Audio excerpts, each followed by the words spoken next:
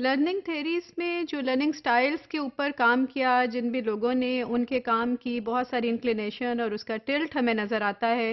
Cognitive processing کی طرف، information processing کی طرف. اور اس میں سے ایک بڑا نام جو ہے جس کو ہم سراہتے ہیں، جس کے کام کو بہت زیادہ آج کے دور میں 1984 میں جو تحقیق سامنے آئی وہ ڈیوڈ کولب کا ہے. ڈیوڈ کولب نے جو تحقیق کی اس کی بہت سا تعلق یا he has built a lot on the work done by the earlier scholars and researchers like پیاجے اینڈ جان ڈیوی. ان کے کام پر بیس کر کے اس کو فردر آگے پروگریس کیا، اور اس کا ہمیں بہت سا لنک نظر آتا ہے کولب کے کام کا پیاجے کے کام کے ساتھ. بہت سی کچھ سملیرٹیز، کچھ اوور لیپنگ تھاٹس نظر آتی ہیں. جیسے کہ ہم جب پڑھتے ہیں لرننگ تھیریز کو تو گریجولی ہم دیکھتے ہیں کہ آئسولیشن میں کام جو کیا جاتا تھا، جو ایک پیسز کی فارم میں کیا جاتا تھا، اس میں ہمیں مرجنگ نظر آتی ہے. اس میں ہمیں بہت سی تھیمز کی انٹریکشن نظر آتا ہے، انٹر کنیکٹیوزم نظر آتا ہے، اور ہمیں اوور لیپنگ تھاٹس نظر آتی ہیں جس میں کہ ہمیں ان سارے کانسیپٹس میں فلوئڈٹی کا عنصر نمایاں ہونے لگتا ہے. اور یہ محسوس ہونے لگتا ہے کہ ساری تھیریز میں سے کسی ایک تھیری کو بھی ہم ایبسلیوٹلی ایک ایسا پروڈکٹ نہیں کہہ سکتے یا فائنڈنگ نہیں کہہ سکتے کہ جس پہ بیس کر کے ہم تمام تر لرننگ کے پروسیجر کو سمجھ سکیں. تو اٹ از ویری امپورٹنٹ کہ ہم ڈفرینٹ کس طرح کی تھیریز کو سمجھیں، ان کو ساتھ لے کر چلیں، اور جہاں پر جون سی چیز ہمیں اپلیکیبل نظر آ رہی ہے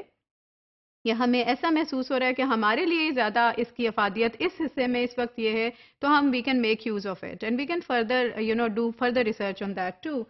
اگر آپ کولب کی جو مین جو بیسک ان کی تھیری کا کانسیپٹ ہے، if you want to just sum it up all together, so اس میں انہی کا کوٹ میں آپ کے ساتھ شیئر کرنا چاہوں گی جو انہوں نے 1984 میں اپنی ریسرچ میں کہا کہ learning is the process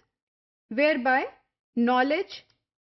is created through the transformation of experience. So learning کو انہوں نے ایک پروسیس کی طرح سے پیش کیا اور سمجھا،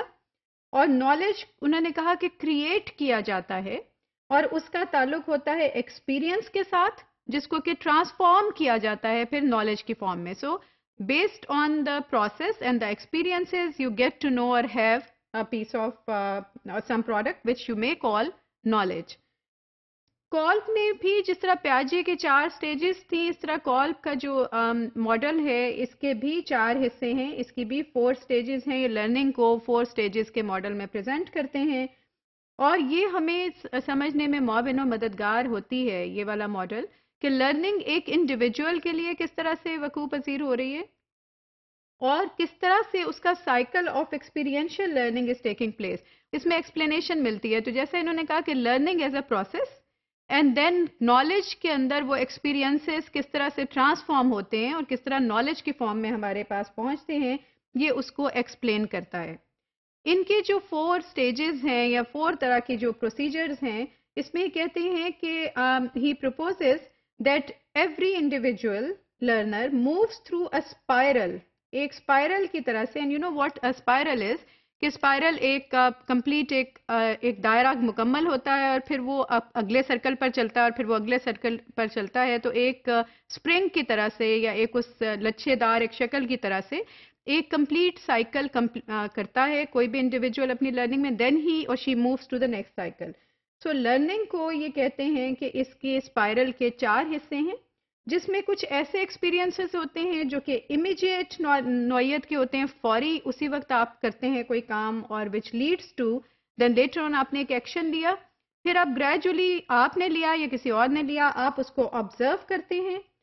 دین you move to the next step, اور اس نیکسٹ اسٹیپ میں آپ اس ساری انفارمیشن کو ایبزارب کرنے کی کوشش کرتے ہیں، اور وہ ساری absorption gradually gets to the abstract concepts in your mind,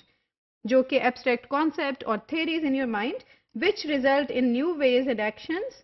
to adjust to the experience that can really be tested and explored further. So it can give you a piece of product which is final in your opinion، یا آپ کو وہ ایک ایسا scope دے سکتا ہے کہ جسے آپ further research کر سکتے ہیں.